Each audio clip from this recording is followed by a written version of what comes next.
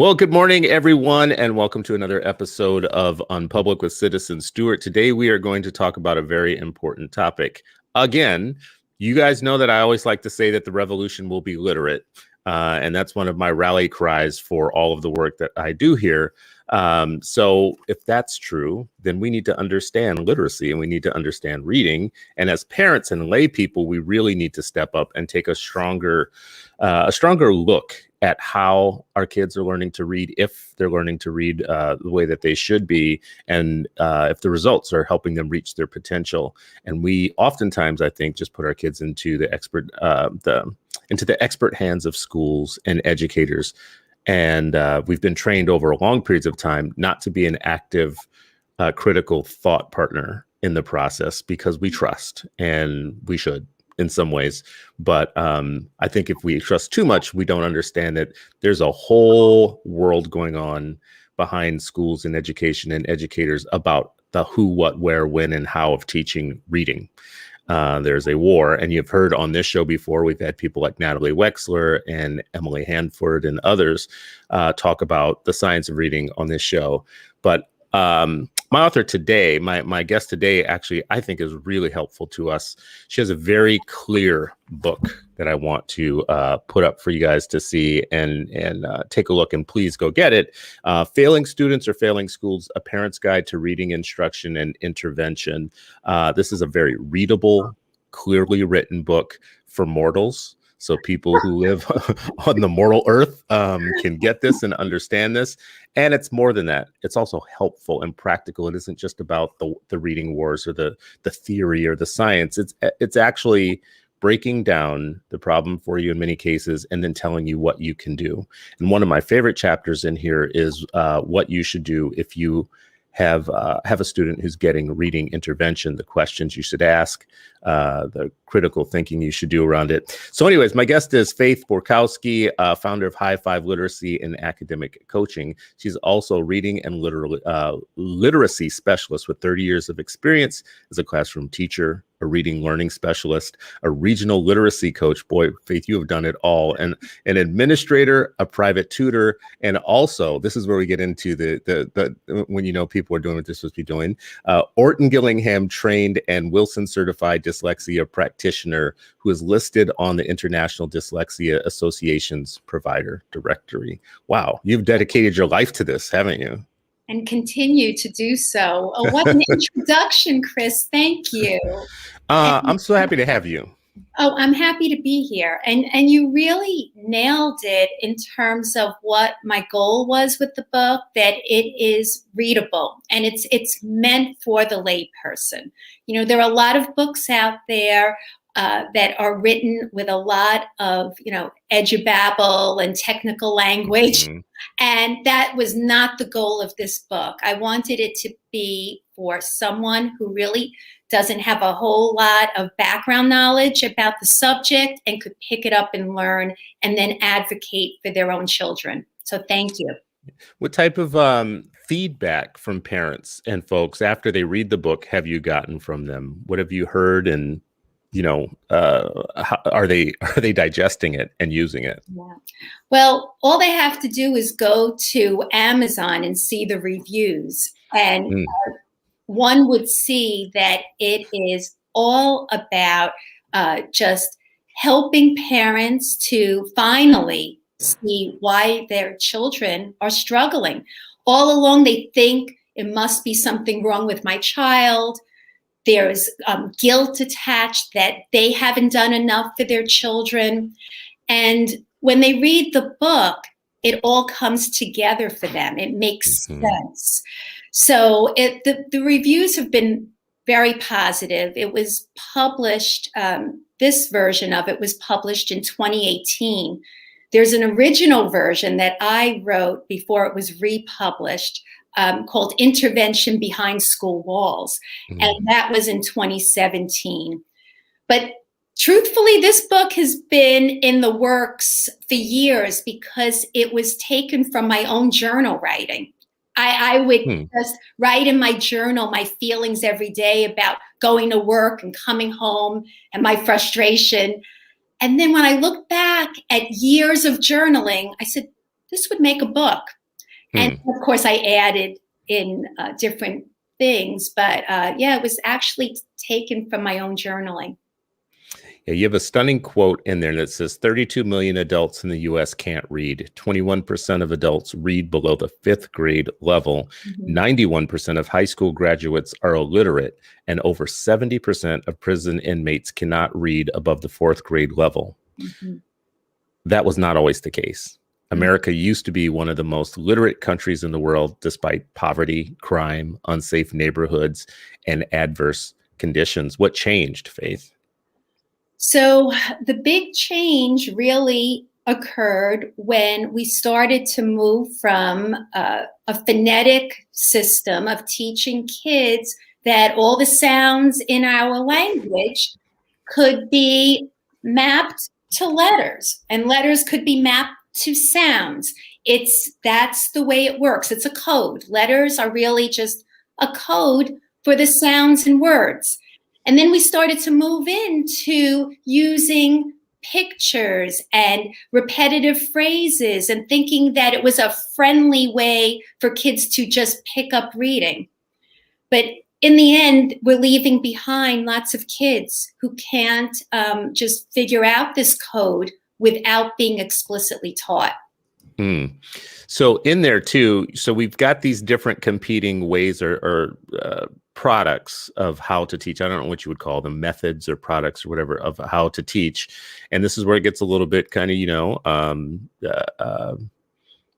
technical. So let's get technical for a moment. We have these things, whole language, structured literacy, systemic phonics, balanced literacy. Help me make sense of the pile and which one comes out on top. If it was a grudge match between these different ways of thinking about reading or whatnot, I don't know if that's the right way to look at it, but which one comes out on top? All right. So let me just unpack some. Yes. Help me. Yes. Yeah. So when I went to school and learned to be a teacher, when I went to college, whole language was the term then in the 1980s.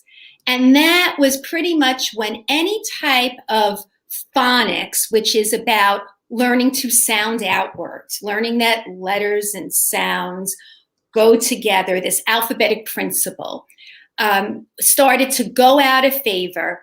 And then we started to bring in this whole language approach. Whole language just means that kids will learn to read as naturally as they learn to talk. So there's really no instruction in that, Chris. We're born to be able to talk. And the theory was, well, if we just expose kids to books, we read aloud, we surround them with books, we're going to have readers. And that's what I learned in my schooling. That's what was happening in the 1980s. So when I started to teach in 1986, basically I was just, put into a classroom. I started to teach 3rd grade. And I truly thought that this was going to happen magically. I filled my room with books, lots and lots of books, lots of words all over the walls that the kids would just suck it up, just be able to read by seeing these words. And what they found is there was research that came out in the 90s in particular. This was research going on before that, but it really hit a peak in the 90s that phonics was important and it should be taught systematically. Systematically just means that there is a sequence to how you teach it, from the easiest skills to the more complex skills. And when this science came out, there were people in the whole language camp, all these professors who really built their careers on saying that kids learn to read this way, didn't want to hear from it.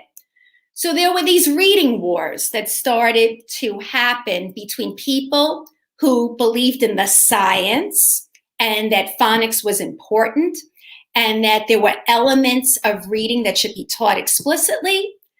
And then there were the people who were still sticking to this whole language approach, that we just learn to read through exposure. And then to kind of make nice to each other so that things could continue on this path, there was this term that came out, well, we just should balance the two. And that's how balanced literacy was born. The problem with balanced literacy, however, is that there's not enough of what we need and more of what we don't need in the early years. So kids are learning a little bit of phonics along with all these detrimental ways to learn how to read. So if you're asking me which one comes up on top as the way kids should be taught how to read, it should be in a systematic, structured way. And now we call the term structured literacy. But as you know, you have kids who have gone through the system. Most kids are still getting this balanced approach with not enough of what they do need. And it's hurting lots and lots of children along the way. Oh, I don't hear you. Oh, I'm sorry. Who makes that decision? Where does that decision get made? Well, if you look at how this could roll out, it rolls out from the universities because teachers are taught first in teacher education programs. So if I were to kind of rank how this all goes down, it starts at the universities. And then, of course, publishers make money when there's a need. So if people are going to buy these types of materials and go in for the training, the publishers then make out. Mm-hmm. And then the school districts, where you have district administrators who are raised on this approach, don't want to change because they've invested so much in this already, and they don't want to admit that they don't have it right. They continue this false narrative. So, and when I say they, I mean most. There are always people who are fighting the good fight. There are lots of people out there who know better and are beginning to do better. It's just not making a dent right now. We're just starting to see it. But I would say it starts at the universities and then it trickles down to the school districts, publishers, government, special interest groups. You know, it's really a political machine. And it's not like something where if you were a teacher and you thought, listen, I've investigated this. I know what actually is the better way to do this. You can't just switch gears in your own classroom because you have to answer to all these other people. Is that part of what's going on here? So you can't, just as an individual teacher, you couldn't just say like, listen, this isn't working. I know what works, and go with structured literacy. You couldn't just do that. You could try, and you could start to become vocal. But from what I've heard and what I know from being in the schools for so long, you don't win friends. And you don't become very popular with your colleagues in terms of standing up and saying what's right. So you can try. And if you have an administrator who's open-minded and receptive to the message, you might, in fact, get somewhere.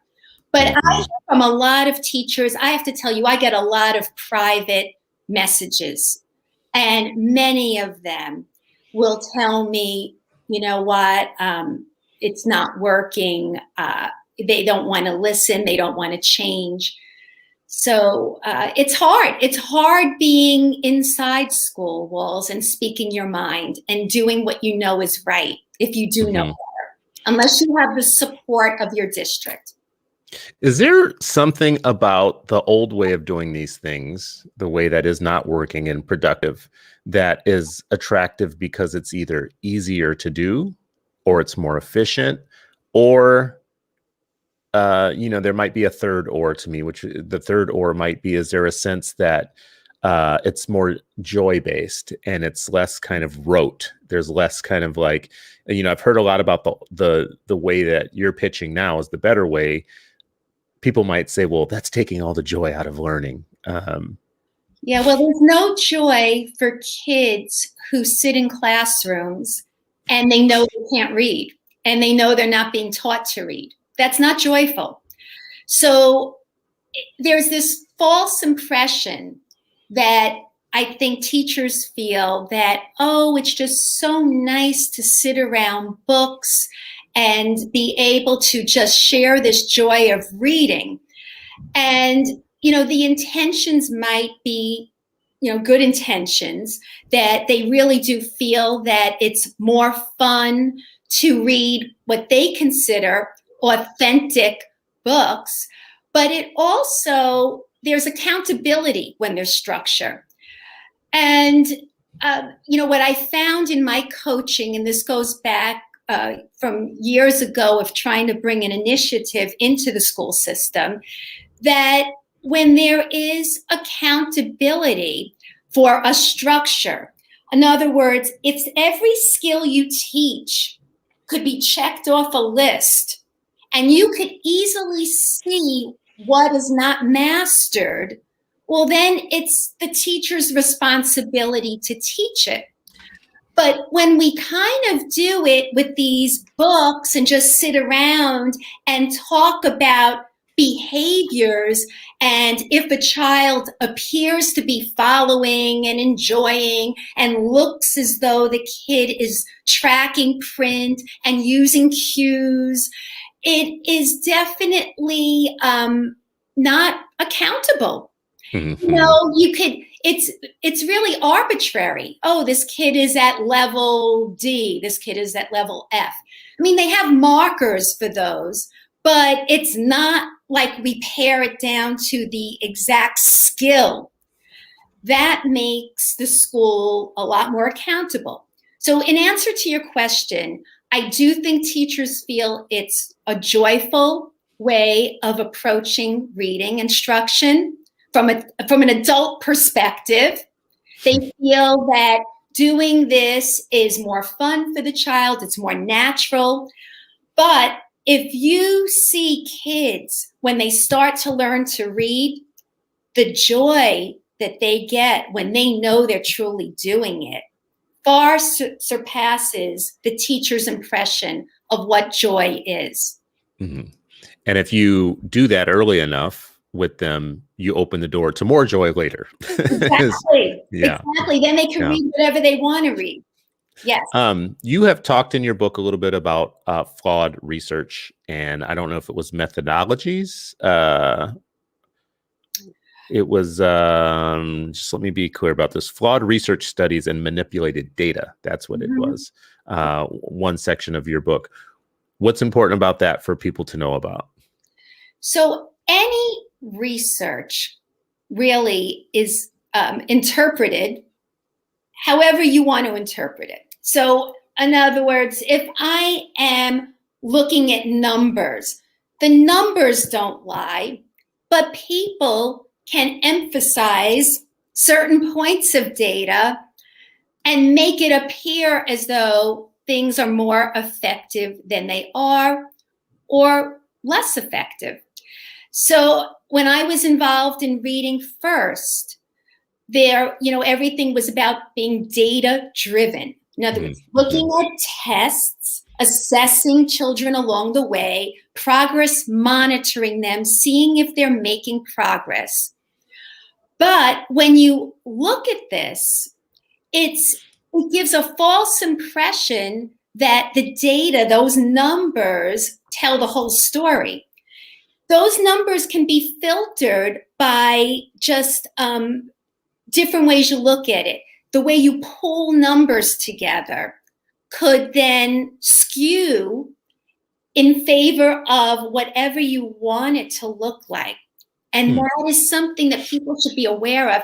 And in my book, I mention, common scenarios where this has happened, where numbers are skewed. When you see commercials on TV and they give you, 3 out of 5 say this, 4 out of 5 agree.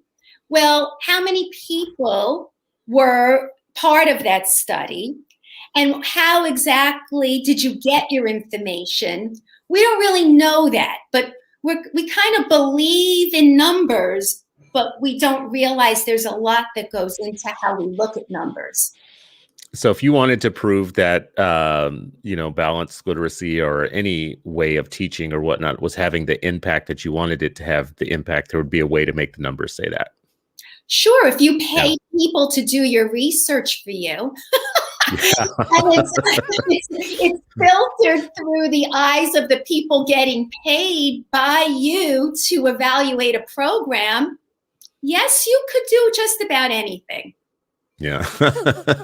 Well, I mean, money changes everything, doesn't it? It does. And if you're answering to the people who are paying you, well, you might, and I've seen it happen, where you're going to not put everything into the report that needs to be said, and you will put other information in a better light. Yeah, and maybe your client has a final say on the editing of your report too. And that's exactly what happened. Yeah. Yes. Yes.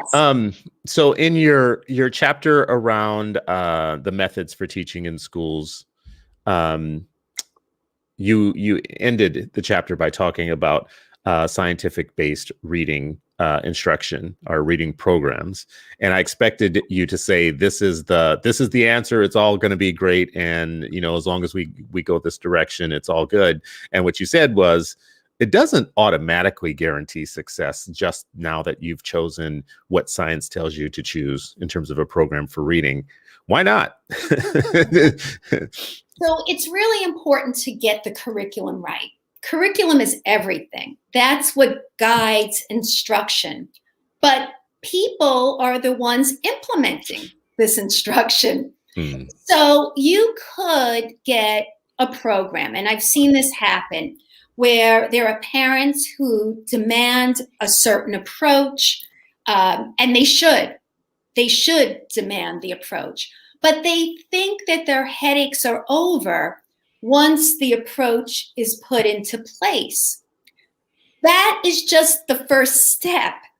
The next step is really making sure that it's implemented often enough, that kids are in a certain program with the intensity it requires, with someone who knows what to do, understands how to implement it, knows how to monitor it, and really does it with what we call fidelity. Using a program the way it was designed. So in simple language, that's what fidelity is. That you don't take it apart and cherry pick the parts that are more fun and leave out the parts that, I really don't feel like doing this. I'd rather combine it with other things. And by the way, Chris, that is what's happening now more often than even when I wrote this book. I'm seeing this happen all the time. As science starts to become part of reading instruction in schools where we're following a sequence of structure, what's happening now is school districts are rewriting what they want it to be. So they're using this term now, comprehensive literacy, which now it's all encompassing. Oh, we do the science of reading. Of course we do the science of reading. And we're very explicit, and they throw in all these buzzwords that are out there, and yet they're still doing pretty much what they've always done, with a little bit more of a nod to what should be done more often. So that's scary. It is. It's quite scary. Yeah, that's terrifying, because that means that no matter what you do, there's always going to be an implementation problem. So everything we're talking about right now is the theory right? Are the methods right? And if we can get that right, then we're off to the races. But what you just described is a situation where you get all of that part right, and then you put it into the hands of a school district, and then they make lots of decisions. I love this word fidelity because I've been using that for a long time and had heard that a long time, even as a school board member, but I had never heard it explained the way you just did. So I'm glad I have a better definition of it now. But it's still up to the school district to do whatever they want once they get the program. They're not using it the way that it's intended to be used. Well, it's almost like the game of telephone, right? So I'll tell someone this, that person tells someone else. By the time it gets to the last person, the message is not exactly the way it was from the starting point, right? So it's scary, but that's why I wrote my books, because parents could then say, hold on a minute. I thought you're following the science of reading. From my understanding, kids should not be just memorizing words without having it connected to the sounds and language and meaningful word parts. The more they know about the reading process, they can be good consumers in their district. They can question. And parents need to really step up to these community school board meetings. And from my experience, parents are very trusting. They feel as you said, they want to leave it to the experts. And unless you start raising questions, and it might not really be something in your nature to question people, you are a taxpayer. So I kind of want to bring it back to, this is your money. The schools work for you. And if the schools are not working and the results are dismal, you need to know that it's not just poverty. It's not just that there are kids from broken homes. We are professionals in the teaching community. Yes, there are going to be situations where it's going to be harder to teach than in other places, just because kids are coming to school with their basic needs being met right away. That's easier.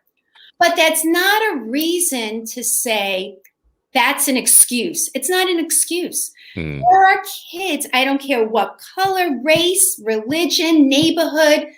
The job of the school is to teach all kids to read. And 95% of kids can read. I mean, that's not me saying that. That is fact. That, if you have average intelligence, even low average intelligence, we're not talking about that you have to be above average intelligence. If you even honor IQ at all, decoding is not even an IQ issue when it comes to picking the words up off the page. When we talk about IQ, it's really more about your knowledge of the world and vocabulary and that kind of thing, verbal intelligence. But these skills are very trainable. There are people, with different difficulties, intellectual deficits, who have been taught to read if it's taught correctly. So there's just no excuse for not being able to teach children to read the words on the page. After billions and billions of dollars, as you mentioned in your book, billions of dollars of reading interventions and investments, and we still don't have a nation of readers. It seems like you talk a little bit in the book too about, you just mentioned, it doesn't matter if you're wealthy, your neighborhoods, those things. We are teaching kids to read in different circumstances. But you do mention in your book that in wealthier districts, they do things like they reduce the size of reading pools and increase the number of adults actually having a touch on kids around reading. And that wealthy people themselves in those districts actually spare no expense for tutors. They get a math tutor, a reading tutor, whatever tutor, like whenever there's a problem, money will solve it. I think the only kind of solution that I saw in there was, and I shouldn't say the only, like it's a bad solution, but you had a solution in there around reading corps, I think, or big programs that do help like high school students reading to younger kids. I don't know if it was like a peer-to-peer system. Do you have other ways you think that we can upset the balance of kind of like what money does for wealthy districts that we can't do necessarily in poor districts? Yeah. So, yeah, you just said a lot of what I'm doing right now. I'm involved in a nonprofit called Teach My Kid to Read.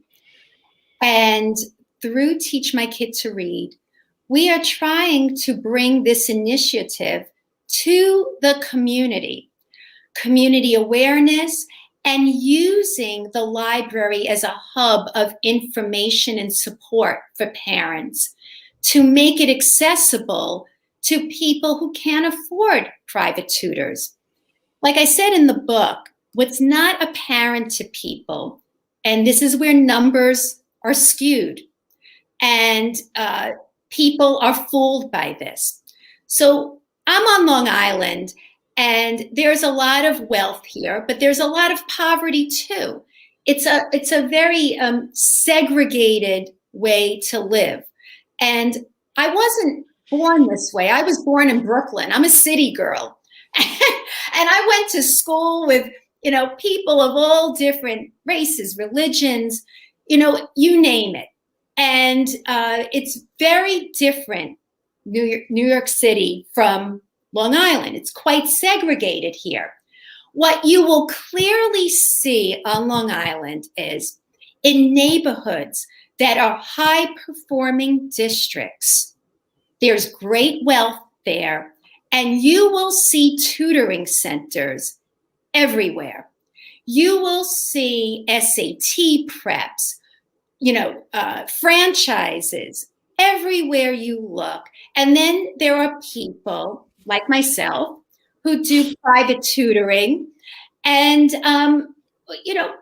we get paid well to do private tutoring in these areas, especially if you have the certification, you're well qualified, you have a good reputation.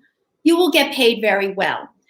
When these scores come out in newspapers and they list the high-performing school districts, the districts take credit as if they did something very different from other school districts, when in fact, that's not happening.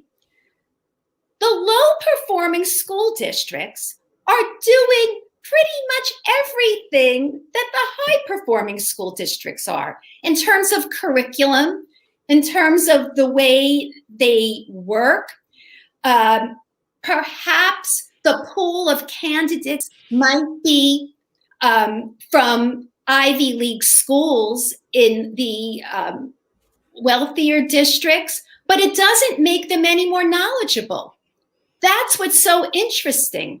I once had someone who worked in a very wealthy district here on Long Island argue with me about structured literacy, and that district was using balanced literacy, and it's the number 1 or number 2 district on Long Island. And she was from Columbia University, and she went to this Ivy League school, and she knows better. And my answer was, well, who's the fool here? You spent all that money going to an Ivy League school, and I went to CUNY, and we learned the same thing. Neither one of us learned the right way. So wow. Who's the idiot now?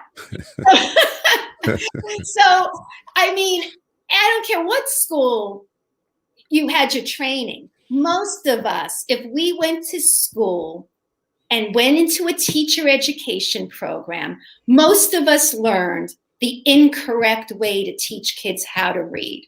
And it was only after I realized what I was doing, I started to pay for my own training and fund myself so that I would have the right tools to help kids. So this happens everywhere, but it's hidden in these other districts. That's what I want to make very clear, that it's not that there's a certain group of people who are so much smarter. It's all about that they have the means to go outside the school system to get whatever they need for their kids, from neuropsychological reports to advocates to lawyers and suing districts to private tutoring. They will do whatever it takes.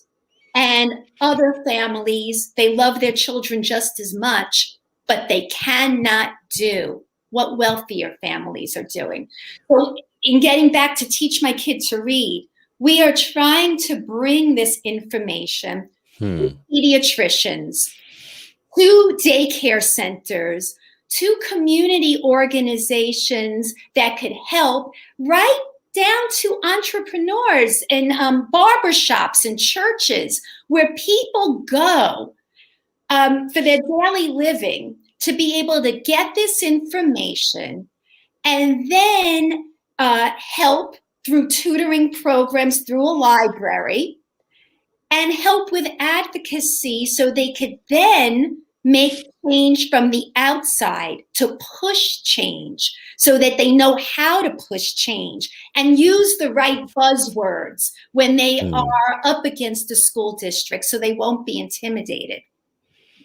You know, there's a dynamic here between, or a tension. I don't know if it's dynamic or a tension. There's a tension here between all that parents can do. We can do things at home for our kids. We can do things in advocacy for our kids, and we can hold the systems accountable in ways that we could step up and do. And at the same time, you have to wonder if it's possible for us to help our kids get there in terms of reading with all these outside services and other ways. We have to wonder why our tax money is going to districts that have all the resources and the buildings and everything and the super fancy book learning people, you know, all the real, you know, kind of, you just mentioned somebody from Columbia. Well, every district has that person who is, listen, I know so much because my background. You're like, yeah, but you're not getting the results. You just mentioned, so I know here locally where I live, and I'm in a semi-rural area, we have Mathnasium, and I think we have like the Huntington, Sylvington type of things, or whatever they're called. We have these learning centers and whatnot. You can pay for tutoring. And so exactly right, what you're saying is that the wealthy, when they have a problem, and they will sue the district, they get attorneys. They really do get attorneys involved. Don't let them get an IEP or a 504, because if you have money in an IEP, it's a good combination for the district to be responsive. I'm only bringing all that up to say there's a story in your book around a student that you met and you worked with and you helped who wasn't in the most healthy environment at home. And but he had learned to read. His mom had taught him to read using the Bible and educational television. And I think the headline of that story that you were, not the headline, the main point that you're making in that story is under lots of circumstances we can teach kids to read. And that's a circumstance where the mom was able to do it at home, even though it wasn't the most healthy situation he was in. So if I can do it at home, Faith, and why can't my, you know, super well-funded, tax-funded school district that has paid teachers and educators do it if I can use the Bible and Sesame Street or some education television and make it happen? Yeah, well, that child mentioned in the book did not appear to have any type of deficits preventing him from learning how to read. And the mom taught him, say the sound, say the word, and taught him that the letters match up with the sounds, and taught him through the Bible. And like I said, educational television. So why can't school districts do this? Because they are bringing in and continue to stick with what they've always done and use materials that don't work. Homeschool parents, there are lots of homeschoolers out there who get better results than the schools. And, you know, one might say, well, it's one-to-one. Anytime you do one-to-one, it's going to be easier than teaching a class of children. There are advantages to obviously teaching one-on-one. You could tailor it to that one child. But you can't dismiss the fact that when you use the right instruction, that there are whole classrooms where basically very few kids need intervention. There are schools, classrooms now in the UK where they're getting their numbers way up just because they are sticking to a structured, systematic approach. And these classrooms are in poor areas. These classrooms have, Black children, minority students, and they are getting them to read. So it's, if they could do it elsewhere, there is no reason at all, with all the money that's in this country and all the money that has been spent on education, that we can't get it right. And you will hear a lot of times teacher unions talk about, we need the money to do this, we need the money to do that, we need the money. I'm going to say this right out, straight shooting. It's not about the money. I'm sorry. I could teach a kid to read with a piece of chalk and a chalkboard. Wow. And that is a fact. And I've done it. So it's not about the money. Yes, money helps. And money needs to be spent on training teachers. And obviously the right books cost money. To have books that align with instruction would help, because what's happening now is, even if we're spending money on teaching with a phonics approach, the schools are using books called leveled books, where it has all this picture cueing, and we're giving kids books that do not match up with the instruction. That costs money, but it's not about the money. All you have to do is show kids that our words could be broken into sounds. Listen to the sounds in the word. These are the letters that match up with those sounds. Sometimes we have 2, 3, and 4 letters that match up with one sound in a word. That's why we have 26 letters and 44 sounds, because we use those letters in multiple ways to represent the sounds in English. Kids get that. They're just not being taught to use this knowledge when they read. But it's simple enough. We don't need any expensive tools to do this.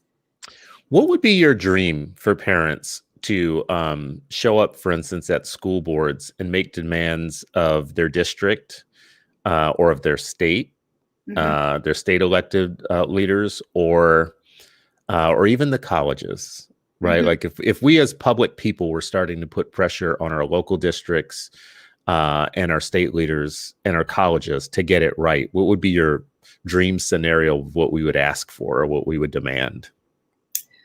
We would say, get those level books, the guided reading books, the Fontes and Pinnell method of a gradient system, that books are leveled, level A, level B, level C, level D, all the way up to Z. My dream would be to get those out of the classrooms. They are really detrimental. That's number one.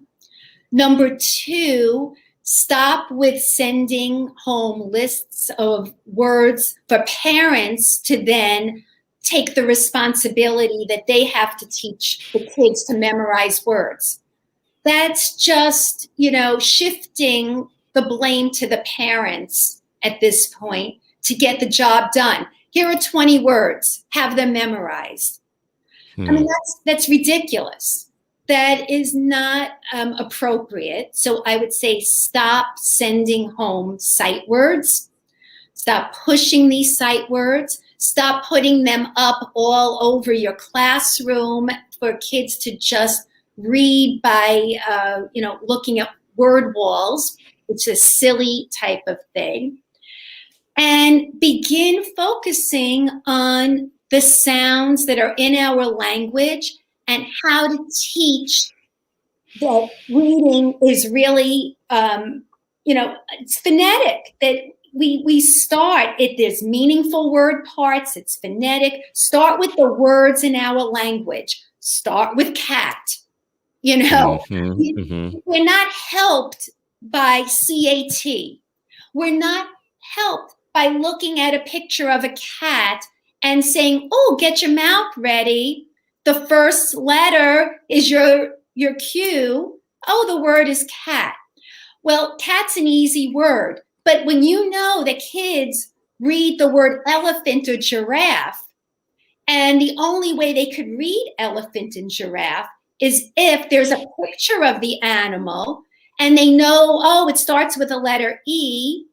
Oh, it must be elephant. It's an elephant. Pull that word out of context, and those kids can't read it anymore unless they've seen it enough times and they memorized it like a picture. This is what parents have to know, that it's not the way to do it. That might work in kindergarten. It might work in first grade for a little while. By the time the kids are 8 years old, that's where most of my phone calls are. Some parents who know and have been reading up know in kindergarten and 1 there's a problem. That's ideal. That's why I actually wrote this book, Chris. And you don't have this, but if only I would have known. And that title is from what parents would say to me with tears in their eyes after the fact. So I decided after I wrote Failing Students or Failing Schools to go back. And this book is meant for parents from birth, kids from birth to when they start school, about 5 or 6 years old. This shows parents exactly the roadmap that should be followed in preparing kids to become readers. And it's a simple, simple read for parents with young children who don't have time to sit and really read a book because it's filled with pictures and not a lot of words on the page. And it's written in a play format where any parent, even with low literacy skills, could follow that book. And it was meant for any parent to be able to read. So that's my dream, that they know before their kids start kindergarten what reading is. And if they're going to go to really demand something better, get those books out of there, because there's a movement now by the people who created this system to keep these books there. They keep telling teachers and educators, oh, yes, we're changing. We're doing more phonics. We're doing this to keep them relevant, Chris. That's the whole point. They keep trying to reinvent themselves because it's all about money. It's not about. I was about to say, it sounds like there's money involved in that one. Yes. Yeah. So there's a profit motive to keep things the same. I do know that in Minneapolis, we've had more than one reading fight. We had one fight not long ago where there was a curriculum that was purchased, was expensive by the district, and it got kicked out. Basically, that's the short story, is that people caught wind of it. They fought back. It became a news story. They got it kicked out. And someone just told me so where the Twin Cities in Minneapolis, so we have Minneapolis, St. Paul. Someone just told me last week or so that Minneapolis kicked it out and St. Paul adopted it. So the same one that got kicked out of one district just went a district over and got the next district to pick it up. That's typical. That happens everywhere. Yeah. That's so crazy. So you just mentioned, one of the things, get the level reading stuff, the Fontis stuff out. Fontis Pinellas. You killed me with the sight words, because the sight words thing, as a parent, I can remember sitting in one of the kindergarten orientations and taking notes like a dutiful little parent, like I'm supposed to do. And they covered the sight words thing. And I thought, we are going to master these sight words. I'm going to be the best dad ever. We're going to make this happen. And, and then doing it, like mastering those sight words. is a sense of like accomplishment. We did it. They told us these were the, 50, 60, however many words, and we made it happen. But I'll take your feedback on that one. But what about the colleges of education? Someone earlier in our comments mentioned that here in Minnesota, the University of Minnesota actually sold the state on balanced literacy as the way to go. And there doesn't seem to be any feedback loop with taxpayers. There doesn't seem to be any like, hey, we're going to hold you guys accountable for, I don't know what I'm pushing for here. Maybe is there a place for districts, educators, parents, and the colleges of education in their state and their state leaders to have common cause, like a table where people sit and talk about these things? All right. Well, here's what I don't understand. These are educated people, right? They're professors. They use the internet, I'm sure. They're in research facilities. I can't believe that they don't know better.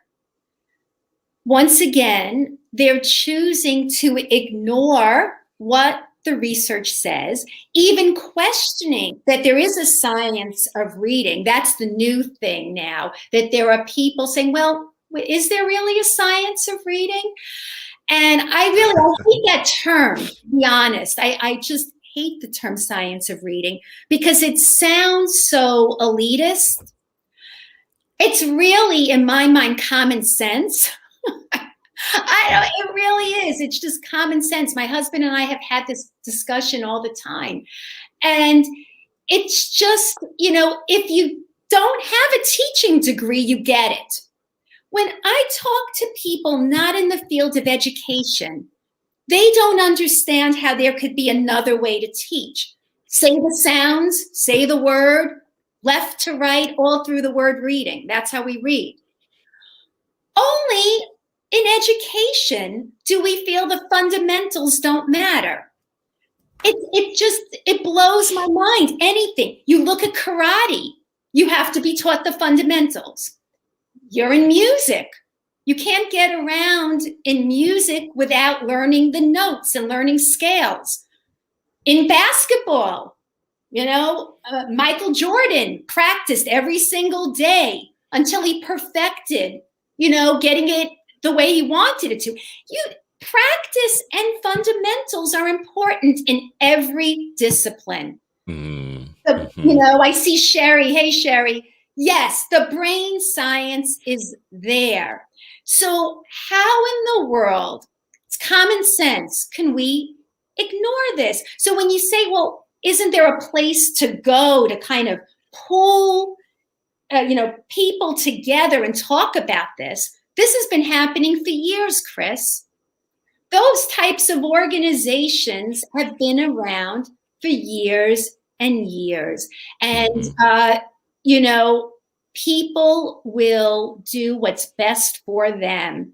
And the kids are not the ones that are really being thought of. It's all about the adults in the room.